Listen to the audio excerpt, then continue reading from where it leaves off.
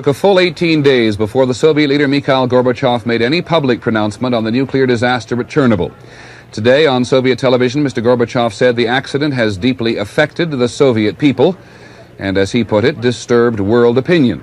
He told his fellow countrymen that the worst is now behind them. It has certainly taken Mr. Gorbachev a long time to go public. ABC's Dean Reynolds is in Moscow. The Soviet leader's first public comment on Chernobyl led off the nationally broadcast evening news. Добрый вечер, товарищи. We were recently stricken by a disaster, the Chernobyl nuclear power accident. It deeply affected the Soviet people and disturbed world opinion.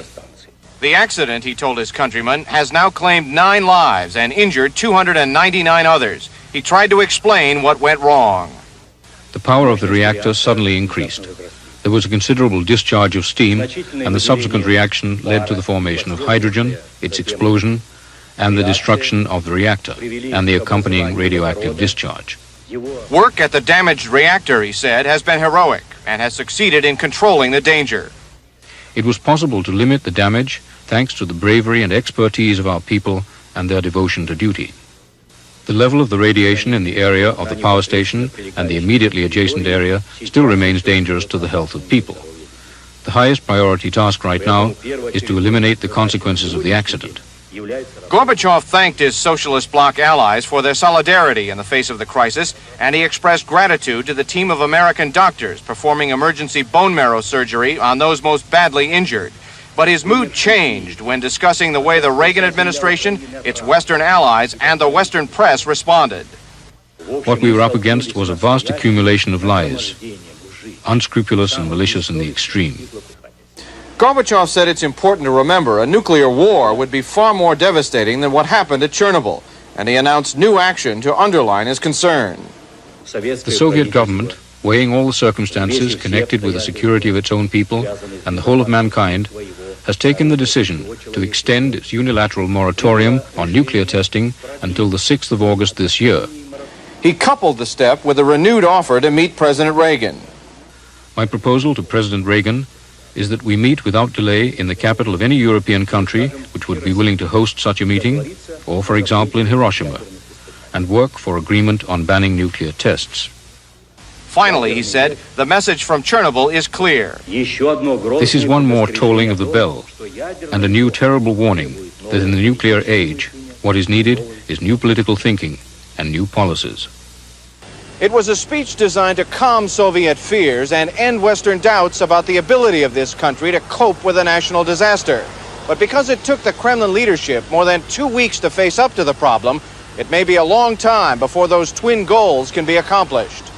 Dean Reynolds, ABC News, Moscow.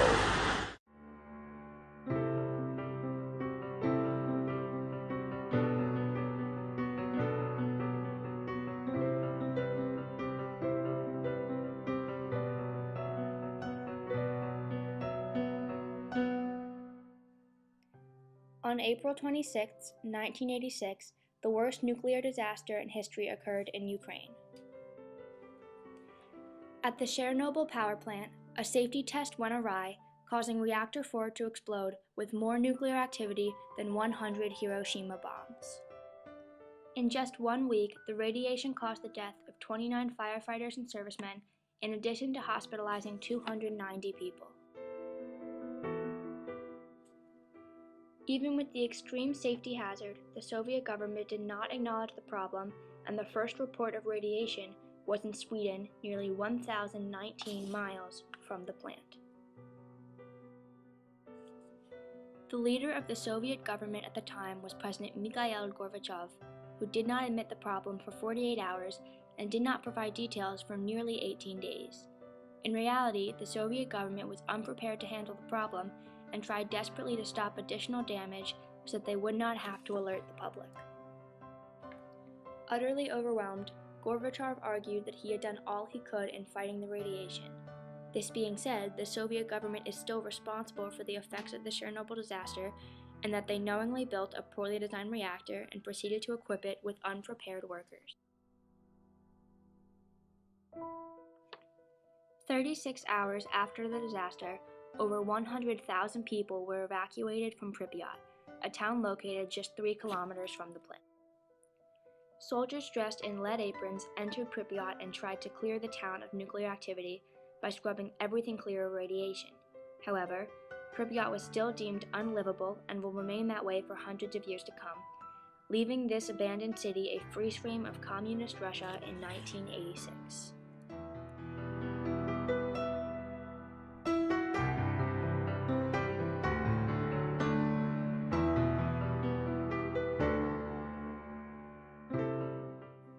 As the world panics about the severe health hazards of the radiation, 11 miles south of Chernobyl, a trial is held for the men that were in charge of regulating the power plant at the time of the disaster.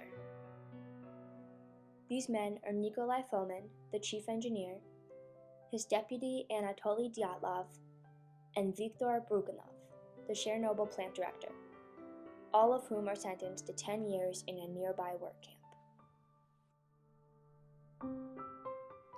After being released, Viktor is interviewed in his home with his wife.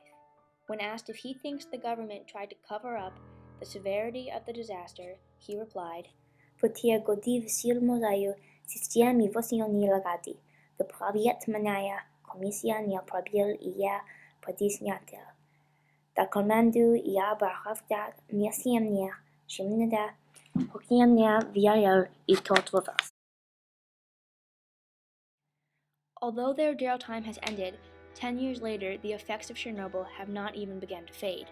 The case built around Reactor 4 has many breaks and cracks in it, meaning that nuclear activity and radiation is still leaking out daily. This radiation was not eliminated quickly enough due to the nonchalantness of the government, resulting in the genetic mutations of many plants, animals, and even people.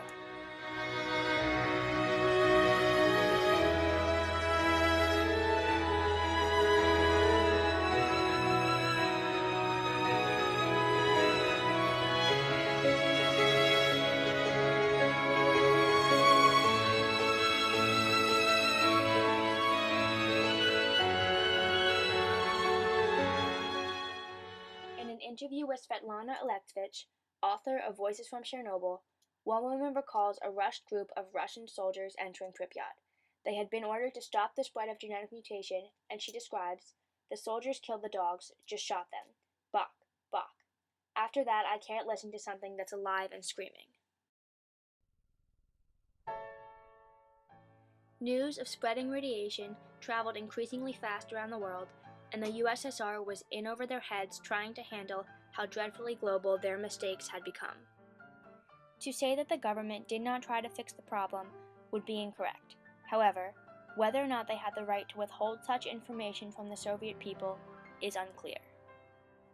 Although many nations believe in nuclear secrecy, it is arguable that it is the responsibility of the government to inform the public when their health is at stake.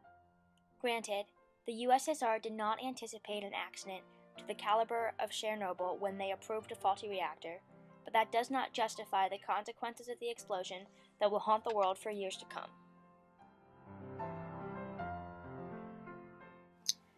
Puhom Jervam Shanublia Semyam Lugodia Cheye Pozrovtia Blopodugovsi